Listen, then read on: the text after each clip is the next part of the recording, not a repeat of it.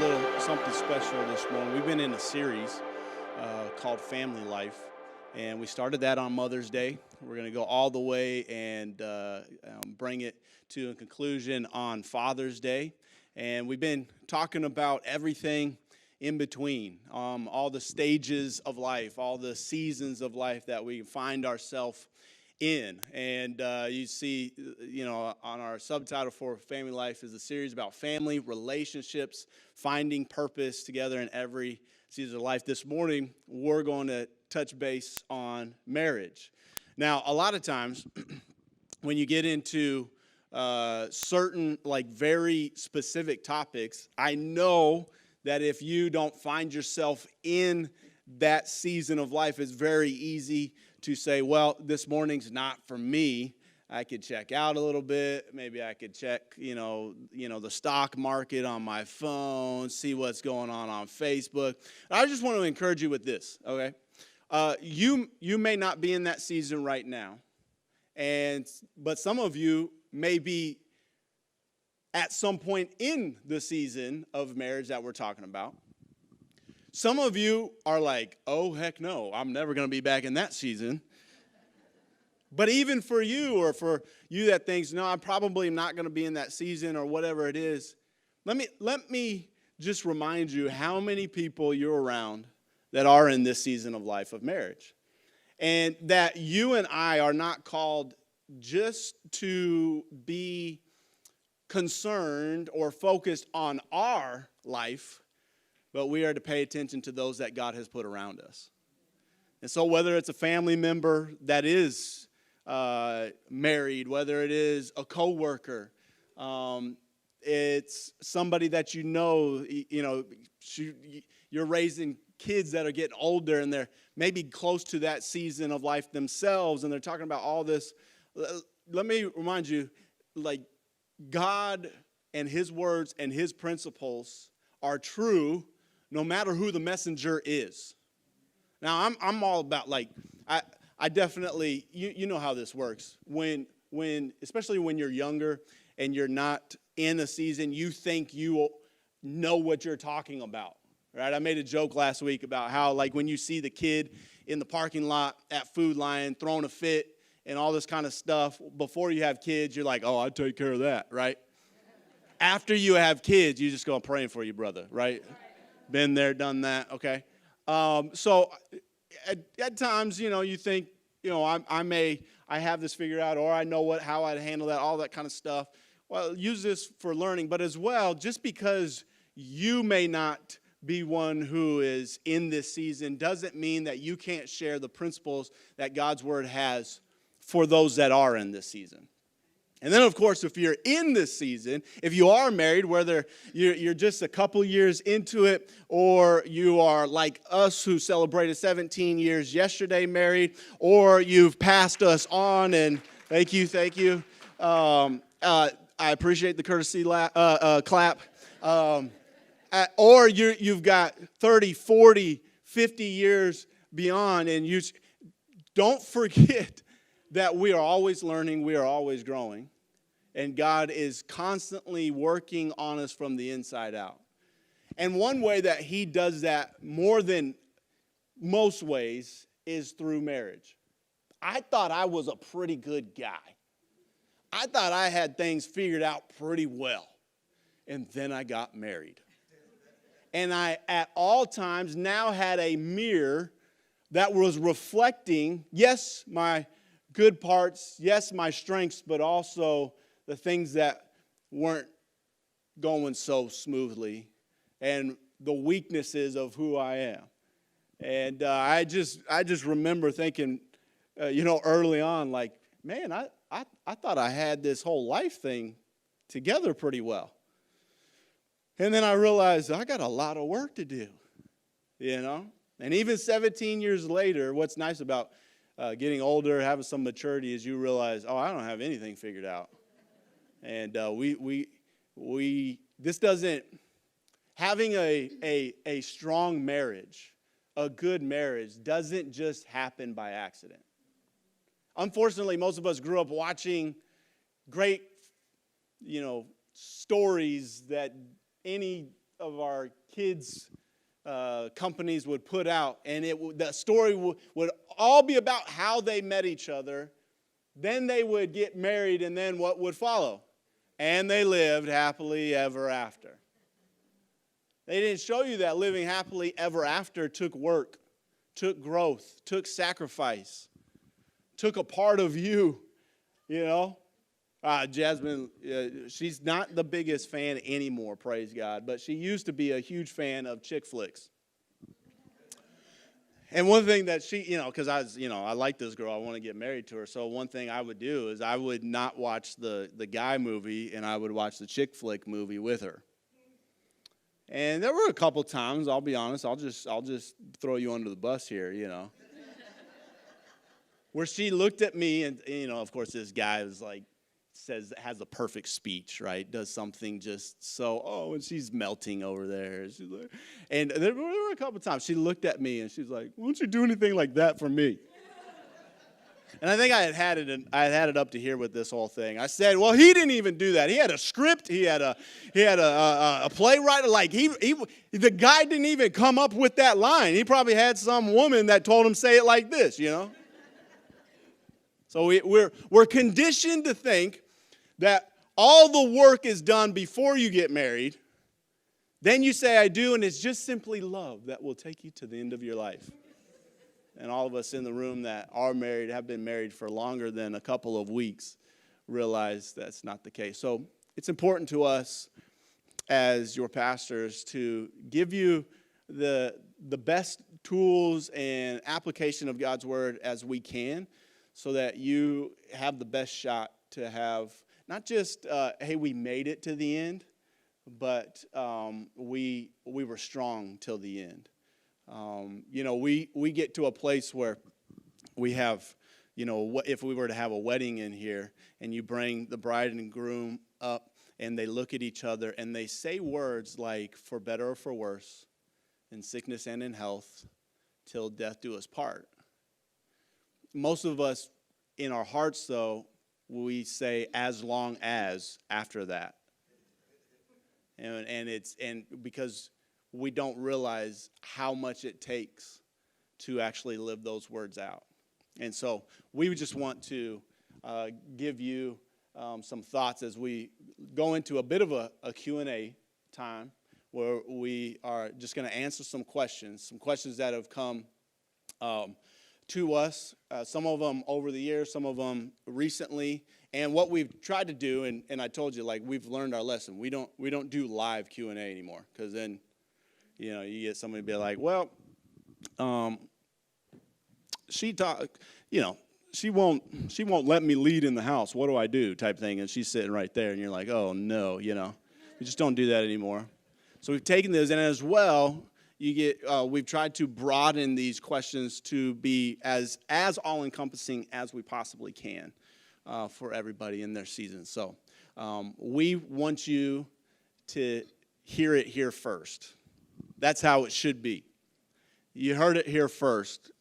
The places you should learn about life the most is, 1, your parents, 2, your church.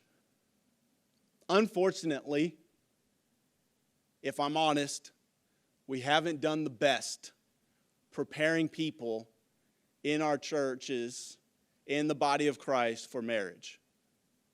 You might get a phrase or a message every now and then, but how many times do we get to sit down and actually talk through, not just like, here's like a good, thought process, but here's some real life things that you'll go through, and how do we deal with them? So we want you to hear from it first, our marriage edition. And so we've got a few questions that we're going to try to answer. Are you ready? I think so. Okay. Yes. We'll take that. All right, let's see the first question for us this morning as we look at this. Question is, how do I have hope for my marriage when I don't feel like I've been properly prepared for it? How do I have hope for my marriage when I don't feel like I have been properly prepared for it? Jasmine, why don't you start us out on our thoughts in answering that? I think where I first want to start just thinking about the not feeling properly prepared for marriage. I feel like this is something that we hear a lot. And really, a principle that I feel like has been really helpful, not only to us, but to other people, is to revisit your family of origin, which is not always a pleasant experience. But sometimes you need to go back to go forward.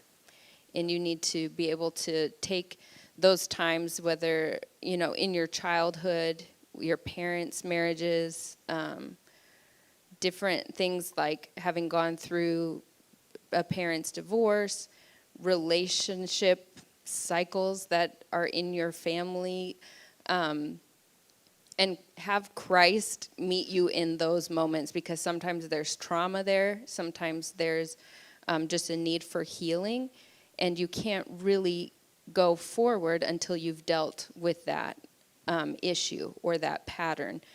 It's incredible the impact that our family has on us and our perspective and how we view the world and all of that. So a lot of times it can be, just a little healing that's needed. It could be a massive amount that needs time and counseling and all of that. But I really feel like oftentimes people just want to put all that behind them and move on. And you can do that, but those patterns come out without you even trying, without you even noticing. You just repeat what you saw. And so it's incredibly difficult to just fake all what you think is right when you have those inner things just happening without even trying. You really need Christ to minister to those areas. That's really good. We love, there's a certain book that we absolutely love to refer people to for marriage. And it is written by a pastor, an author named Jimmy Evans, and the book is Marriage on the Rock. And I love how he puts it. He goes, you're not just getting married to your spouse, you're getting married to your spouse and her mom and her dad and her siblings and her everything she's gone through. And so I think of that for us early on. I come from the Miller side of the family is not a quiet side of the family. You get what I'm saying? We're not we're loud people. We're loud. Like people go, hey, I'd like to watch a football game with you. And I say, never. Why? Because you're going to see a side of me that I don't want you to see. I'm loud. I'm loud, but we're not, it's not just loud in a negative way. We're loud like in good things, in difficult things.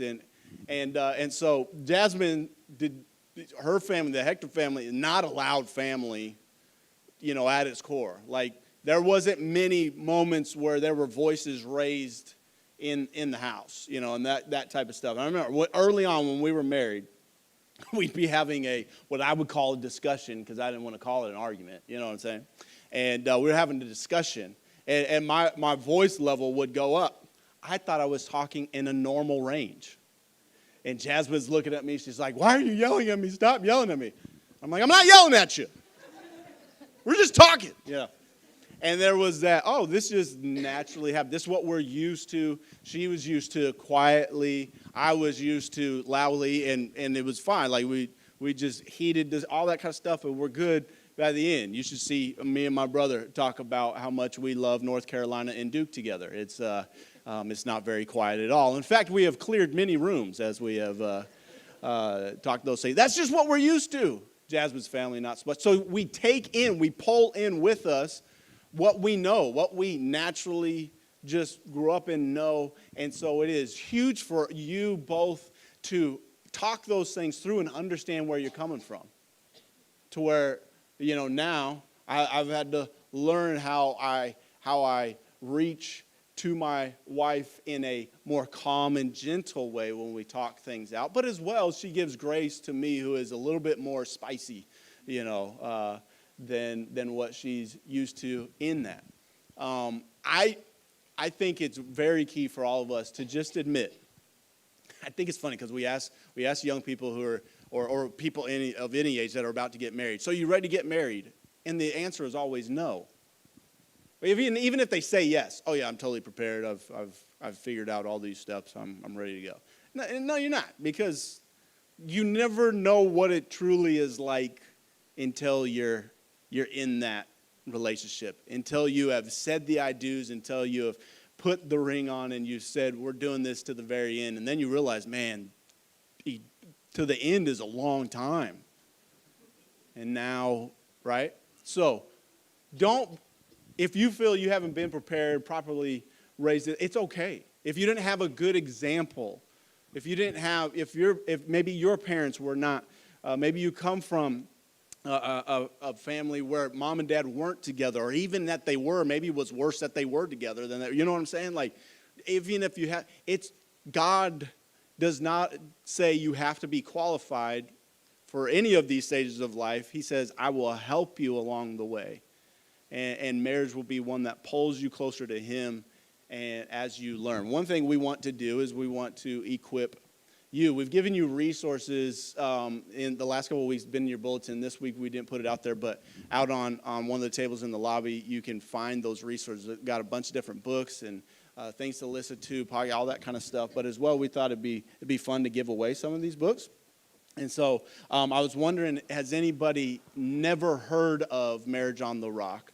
And you say, I'd like to look through that. Anybody? I saw a hand all the way in the back. I did. And so Jazz was going to be my Vanna White.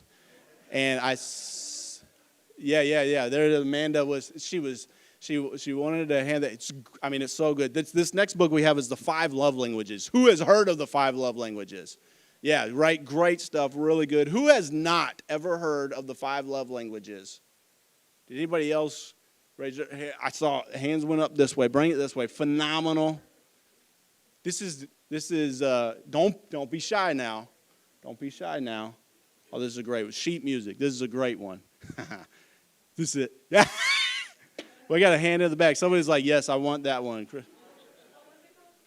It's called Sheet Music. It's by Dr. Kevin Leman. Oh, you've got that. You were going like, yes, great book, right? This is a great book. No one's going to raise their hand on this one, Jasmine. It's a book on sexual intimacy. There we go. They won't raise their hand. They want to, though. Yeah. We'll get there. Don't worry. Woo-hoo! That's a great book. For when we do premarital counseling, we give that book to every couple that's engaged before they step into it, and it's phenomenal. This is a good one. It's called Boundaries in Marriage by Dr. Henry Cloud, Dr. John Townsend. The whole Boundaries series is phenomenal. This is so good. Boundaries in Marriage. Understanding the choices that make or break loving relationships. Let's find somebody. Go ahead, raise your hand. Oh, I see a hand back. It went quick. I saw it was Now, I'm sorry for this side of the room. I didn't see you as fast, but that's because I was kind of turned this way. But we want to resource you. Here's the thing. I remember early on, we were married for a couple years, 2, 3, 4, 5, maybe at the most. And Jasmine was in like a life group with some young moms. And she told me this after the group. She was like, giving me a great compliment. She goes, somebody today said, Jasmine, you're so lucky that, you found Brandon, you're married to Brandon, you guys just got a great relationship, great marriage. And she told me that. She's trying to give me the compliment. I said, you didn't get lucky. We've been working our tails off at this. Like, no one, you don't get lucky in having a strong marriage and having a life-giving marriage. That's not, you don't happen to come across like just the perfect, couple that just figures it out on their own. Like, this is work. We need to grow in this. We need to learn. We need to constantly be working with one another. So, sound good? Let's move to that second question. Question number 2 for us. How do I create a life-giving home? Life-giving home. Jasmine, I think this one is specifically towards you, and just with some of the things that you've been talking about and with life group members and stuff like that. So talk to us about what that means. This was actually the topic that we just had in my life group on Tuesday with moms, because everybody knows if mama ain't happy, ain't nobody happy, right? But there's so much more to home than just the way that it looks or just the logistics. I know that sometimes you can tell, at least in my life, maybe some of you relate, but when you walk into my home, the state that it's in probably reflects my mental state. Because when I am stressed and frazzled and overcommitted and all that stuff, my house is cluttered and messy and stuff everywhere because I don't have time to get to it and whatever else. So I bring this up not to try to say that we have some standard to live up to or anything like that. It's more about the heart of the home, and I think that the marriage is the beginning of the heart of the home. That the way that we choose how we're going to spend our time and all the activities and things that we do, the money that we spend, all of that has a huge impact on the atmosphere of the home that we're creating. But also, sometimes just the basic day-to-day stuff, I'm hearing a lot of the younger generations have parents who didn't teach them how to do laundry, how to do dishes, how to cook anything. And so some people are coming into adulthood really like, I don't even know how to be an adult. And so I think, obviously you guys know how I shared that I think the older generations are supposed to be passing on these things. Sometimes we might forget about the practical. So one of the resources on that sheet that we have is called Sink Reflections, which is a silly kind of title, but this lady really walks through some of the basic practical things of how do I keep my life in order. There's so many influencers on social media that, like, if you were to search hashtag get my life together, you would find so much, because that's like a trending topic. Time to get your life together. Because so many adults they are trying to figure out how to be an adult on their own because nobody ever taught them. And so I find the book that I recommended is it starts out with just baby steps of shine your sink, wash your dishes, clean it all out, and have this clean, shiny sink that you can see your reflection in, have one small victory, and kind of can walk through just decluttering, because some people have so much. Decluttering is not just a practical thing. There is pretty much always a heart issue of why somebody is a hoarder. And not just trying to be funny, but there is, and it's not to shame anybody, but because there are attachments to things and pain associated with stuff. And so and the lady who wrote it is a believer, and she will talk about how do you mentally process through actually decluttering the environment around you and how much it really is attached to your heart. Sometimes why we don't care for our homes is because we don't care for ourselves. And we don't value ourselves enough to take care of things that would benefit our life, benefit our relationship.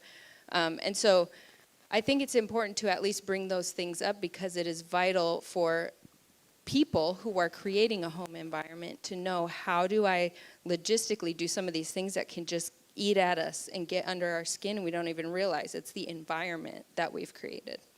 So good. And in this moment is when I want to step in and go, yes, I handed that question off to Jasmine first. Usually the wife steps into, I'll use the word, who cares? I know it's not politically correct these days, but steps into that role of homemaker and producing a life-giving space for the home. But, huge but for this moment, It is not just her place to make sure everything goes smoothly, looks good, all that kind of stuff. Husbands, we have to be involved. We are helps in this. This is a partnership. And as much as like I agree 100%, if mama ain't happy, ain't nobody happy, right? Like that is real. But I do believe that the husband, the father of the house, sets the atmosphere of the house more than anybody else. And so this, when you talk about life-giving, she can have the cleanest space on earth, and you could come in and mess it up. Not talking about like, oh, I just kicked my shoes off and they didn't put them. I'm talking about by your countenance, by the atmosphere that you bring with you. You hear me? This is a partnership. This is how can I help? Show me. Now, we're in different stages as well. It used to be, it was more common for, the husband to go to work, the wife, the mother stays home with the kids, keeps the house together and all that kind of stuff. We don't, our society, our country almost doesn't allow, you have to sacrifice to be a one-income household these days. Like sacrifice. You look at the median price range to buy a house today, and it's ridiculous, right? It's ridiculous. So it's so much more common for both the husband and wife to be working. But this is a partnership. This is so necessary. Even if you are blessed for the wife to stay home and the mom to stay home and all that kind of stuff, none of those things matter. This has to be a partnership. This has to be, how can I help? What can I do to, like, how many times, like, where I've had to kick Jasmine out of the house, kick her out so she could go do something for herself, get her mind off it, relax, and then I go and I start, yelling at the kids to clean up the house. Anyways, I help too. I just kidding. This is a partnership together. This is not even in specific, because God created us this way, right? He created male and female. He created Adam and Eve. He created with specific strengths and weaknesses to handle things on both sides for male and female. This is, yes, so we work in those strengths. We handle the majority of those because that is a strength of ours, but we were never meant to do it on our own, alone, with all of that. Am I on the same page there? Can I add one little note to that? Yes. For any of the perfectionist wives in the room? Get them. We all know the situation where the husband loads the dishwasher and then you go reload it correctly. This is good. Yes. That's a good way to never have any help, because people don't want to help you if you're just going to do that. I know it's funny, but if nobody else can do it good enough, I'll raise my hand for all the guys in the room. It's true. Like I've told Jazz when she's okay, what can I do to help? Well, you could vacuum or you could load the dishwasher, and I do it, and it's not. The job gets done, but it's not very efficient, or it doesn't look as good as she would, whatever. And she would early on, she would be like, "Oh, well, you got to do that." And it's like, hey, if you're gonna give me an assignment, you have to allow me to do it, just and get it done the way I do, right? I have been trying to fold the shirts the way Jasmine's been teaching me for 17 years. I can't do it. I don't know. My hands are not able to get the. So she just has had to just be like, "Thank you for folding the shirts." And one of my favorite quotes from Sync Reflections is, "Housework done imperfectly still blesses your family." That's a great line. So good. Okay, let's go to the next question. Next question. All right, the sexual intimacy side of our marriage is struggling. How do we start making this better? So quiet in here, and I knew that was going to happen. I was waiting to ask that question because I just knew the hush. Like, we're in church and we're talking about this? You should hear it here first. But just let me start with this. This side of our life, watch out, I'm about to start preaching. This side of our life was not like, it wasn't like God designed it and then was just like, good luck figuring it out. I heard one pastor say it was like this. It was a great joke. He's like, we think God designed this or made us sexual, and then all of a sudden one day Adam and Eve showed up and said, hey, God, guess what we figured out today? He's like, really? You could do that? That's not how, but too many times, especially here in the church, we go like, this is how we treat this area of marriage. The sexuality of we are sexual beings. We're made that way, right? And when we act like, too many times, it's like a grenade, and we toss it to somebody and say, hey, we know we've told you not to do this for 20 plus years of your life. Don't do it. It's bad. Don't do it. It's bad. Don't do it. It's bad. And that's all we've heard growing up as young people, as teenagers, as young adults. And then all of a sudden we get married and we're supposed to know what to do. And it's like we've thrown a grenade to them and said, fiddle around with it. You'll figure it out. It's ridiculous. We have not set our marriages up for success in this area most of the time because we have not done a good job of going to God's. The Bible is not void in this area. It is very descriptive and very strong in teaching you what this should look like. There is a book in the Bible called the Song of Solomon. And just so you know right now, I will lose all respect for any theologian who tries to teach me that is a book about me and Jesus. I don't want to think about me and Jesus in that way. You have not read the Song of Solomon. Like, are you kidding me? Like, you want me to say some of the lines? No, you don't, because you're already feeling awkward right now.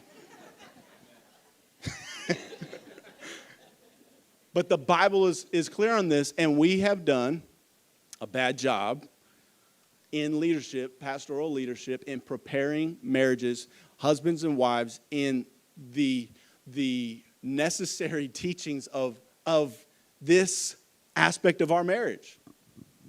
Marriage is the sexual intimacy between a husband and wife is the fireplace of the home for the marriage.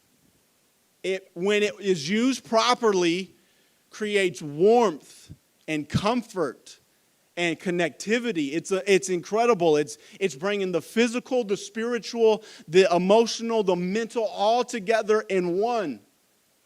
And it's so vital to a health of. It's not the too many times we make it too much, and we make it like it's number one on top of the list, but.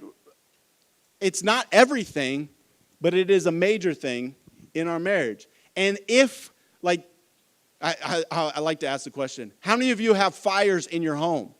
And no hand goes up. How many of you have fireplaces in your home? Oh, yeah. Yeah, that's the whole thing. You do it properly. You have it in its right compartment. You have it in the place where it's safe. It brings warmth to the house. It brings warmth to the marriage. Gets outside of that safe place, and it can absolutely burn it to the ground. So, when we answer this question, sorry, I totally vented right there. Just got it all out. Go ahead, Jazz, and do a better job of answering that than I did. I don't know if I have a better answer, but I do really want to be cautious in how we answer this question, just because of things that I've heard before coming from a platform behind a pulpit that have been scriptures out of context and have actually been really destructive, not only for me, but for other young women that I've known. Things like, I don't really know, I think people's intentions are good, but sometimes whether it's from like, oh, sex is just a duty and the wife has to submit to her husband, all the way to like, we Christian wives should be swinging from the chandeliers, and like, literal line that's been said in church from a pulpit. And it just feels like what in the world? It leaves women feeling, and maybe men too, but feeling like, well, what is wrong with us? Like, why is this an area of difficulty? And sometimes the expectations set go from one extreme to the other. Like in youth ministry, growing up, and we all have our purity rings, and sex is bad, and all of that, to then you get married, and so many young women I've known who cannot get over that hump of like, this is a bad thing, it's dirty, it's not good, and it's so ingrained in them. And they can't see God in it, they can't see God's design. And I just feel like it can also be a challenge because the Bible is full of this area being really messed up too. And sometimes it can be hard to find, okay, where is God's original intent for a husband and wife? Because you see women oppressed, you see women abused in the Bible, you see multiple wives for husbands, all kinds of mess in there. And so this area has been getting messed up since the beginning of time. And it's a lot to weed through, even in the Bible. And so I feel like it's not always helpful to just make light of the situation and say blanket statements when there's so many individual lives and things that people have been through, whether it's the whole, whatever church context, or if it's outside the church context, or abuse, trauma in this area. There's so much that I feel like it's really important to say from a stage that we see that pain and recognize that there is a need for help and healing there, and something's not wrong with you. Right. This is a difficult area, and people have been struggling with it. You are not alone. Amen. And God wants to be able to bring healing to your life and help you to see again, or maybe see for the first time, his original intent, like it was for Adam and Eve in the garden before sin entered the world. I think those things are important, and to be able to study something like the Song of Solomon from a context of Jewish culture and the imagery and poetry and what those different things mean that he's talking about, because some of the lines are like, what are we talking about, gazelles, or are we, I don't know, I'm confused. But those are like 2 points where it's like you can see, okay, this is how God desires for it to be. And the Song of Solomon has been in the Bible for centuries, for millennia. Like this is not a new thing. God had put that in there and inspired that on purpose. And I just feel like it's really important to go to those areas first, and maybe not somebody's opinion, and maybe not some pastor or pastor's wife and what they say, because we all have our own context and we all have different things that we've been through. And I do just want to say there is something to be said also for God has given us minds to know and learn and understand things like human psychology and even just anatomy and physiology. My college classes on anatomy and physiology taught me more than anything else ever taught me about sexuality, because especially from church. And so that to me is sad. And so we have like just a little bit more of like perspective, I guess, through that. That's why immediately, like that sheet music book is so good. There are so many other resources as well. Here's the thing I definitely have to add to this, is as much as communication is key in marriage, in every area, there has to be open communication between the two of you in this area, or else you are not setting yourself up to succeed and have a life-giving part of your marriage. There has to be communication between the two of you, and in those spots, in those places, let me just tell you, it is a good thing to go get professional help. It is God has gifted people and given them the knowledge to help you work through these things, those details, those things that make it tough, difficult, help you work through this. There's something freeing about going and talking to a stranger who's a professional and is not connected to anybody in the story, in the situation, and just has Christian values, biblical principles to help guide you and walk you along through this. So, yes, you're still cautious about who that is that you allow Yeah. into that. yeah, space. there's plenty of people that have gotten that. I'm a licensed counselor, messed that up as well. So that you got to do some research. We'll help you with that. But that is a huge, huge thing.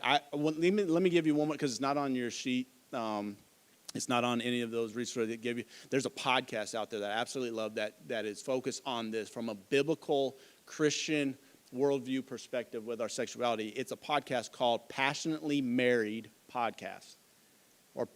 Passionately Married Podcast. Dr. Corey Allen and his wife. And they talk, 90% of the time with their podcasts, they're talking about different things. All age ranges, all different stages of life, all that kind of stuff. And there is so much good information out there these days because God's put it on, has raised people up to do this. There are more books coming out from Christian psychologists that are helping write on these things. If you need any more help with resources, we will always help you with that. Let's go to the next question because I don't think they can take any more of that one. Just kidding. Here we go. How do I move forward after being divorced? Thank you for asking that question. How do I move forward after being divorced? I mentioned this last week. Let me mention it again to you. You are first and foremost, I want you to know you're not a second-class citizen in the kingdom of God if you've walked through this, and we have done a poor job. Let me just say, from pastoral leadership side, I am sorry for the way that we have treated you as some that have had to walk through this and have been looked down upon, like you've created the greatest sin, all these types of things that we've done a bad job, really, of taking care of you as you've had to walk through these things. I want to unburden your heart from the shame that you feel. I want you to unburden your heart from that shame because Jesus meets you just like he does every single one of us, no matter what our decisions, our mistakes have been. And divorce is a very difficult thing. And it's a tough place to have to walk through. But I just, first and foremost, your pastor wants to say to you, you're not second class. And I want you to have the freedom right now to let go of that shame and put it into the hands of Jesus so that you can walk forward and he can bring healing and wholeness to your life. Jasmine, what would you add to that? I got a couple other things, but I feel like you had some stuff in there that you wanted to share for those that are walking through this. Mm-hmm. I just, with what he said, I recently was listening to a podcast where the lady was talking about having gone through a divorce, and she was a leader in the church, and her husband had been unfaithful. They tried to reconcile, and it just didn't work, and he left. And so even as, she wasn't the one who broke the marriage covenant, but she still carried the shame being in church and being divorced. And so that really caught my attention and just made me feel like we need to just make mention of that to, just here today. And then sometimes people can feel like they're just left on their own then in the church because there's not really resources or help to what now? How do I help my kids? How do I heal with this?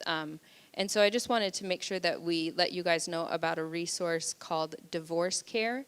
That was something in a previous church that we've been a part of. They had a group for that, and it's something that is like a nationwide program, and you can find, there's several churches in our area that host a divorce care program, and there are other people that you could meet with and just help you know that you're not alone, and also help you walk through some of the things that are really difficult about that. We've had many people tell us in situations where there was biblical reason for divorce, and then they just felt completely ravaged by it all and needed somebody to help them, and they didn't know how to get help. So I just wanted to make sure that we mention that. It is, I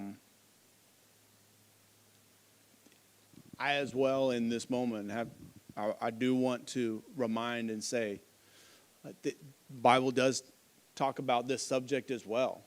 You know, I believe that you can always find your way to the answer of what you need in the season that you're in through Scripture. It's not always as straightforward and black and white to give us the, hey, God, how do we, handle, finances in the year 2023? Well, it's not going to hit that up. They're still going to talk about farming and different agricultural things and demographics that they dealt with when it was written back then, but you can still find the principles that kind of help guide you through today. But then there are some things that are pretty straightforward. The Bible is clear. The biblical precedents and grounds for divorce are true. Infidelity and physical abuse are the biblical precedences that is set forth of like these are you don't have to ask the question if this is an option. When that comes into play, that is God has put that there on purpose for a reason, and that is because He cares about you, your safety, your health, all that kind of stuff. I will caution in this moment. That what we're seeing in our culture, though, it is not a majority. The majority of divorces that take place are not based on the biblical precedents of infidelity and abuse. And unfortunately, what we're seeing from what we can tell with the numbers, what happens in the church with couples that are believers is it's pretty close to the same. I will say there have been people that have come to us for counsel and wanted us to give them the okay to get divorced, and we could not do that because they didn't have biblical precedent to take that step. Was it difficult? Was it hard? Was the relationship off? Yes. But those are the places where God says, you've made a covenant, and we're gonna work this out. We're going to work this out. And that's hard. That's not fun. That's a long journey. But let me just say, because I have too many examples of stories that I could bring up this morning where it looked like it was all over. It was all over. There was no glimmer of hope, but God got involved.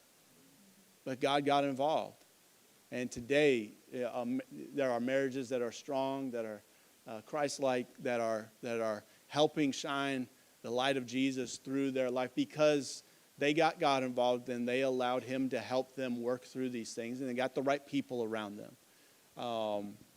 But I just want you to hear that, because at the same time, sometimes, man, please have the free, if you know people, maybe it's nobody in this room, but you know somebody and they feel the pressure to hang on in this marriage that already God has said, if they have been unfaithful, if they have been abusive, you have the right to step out. And we've made people feel like sometimes that they got to stick it out no matter what type thing. And God's very, very clear on this. At the same time, we've made it too easy to break the contract because we haven't thought and seen it as a covenant. And so I just want to say that. I hope that you can hear my heart and how much I care for those in the room that have had to walk through that, and those that are, I don't know if they're in the room, but those that are working through some of those thoughts. And do I have to go through that? Whatever it may be, God is here for you. God is with you, and so is your church family. So, all right, let's go to the last question. So we're having to skip one because I've been talking too much.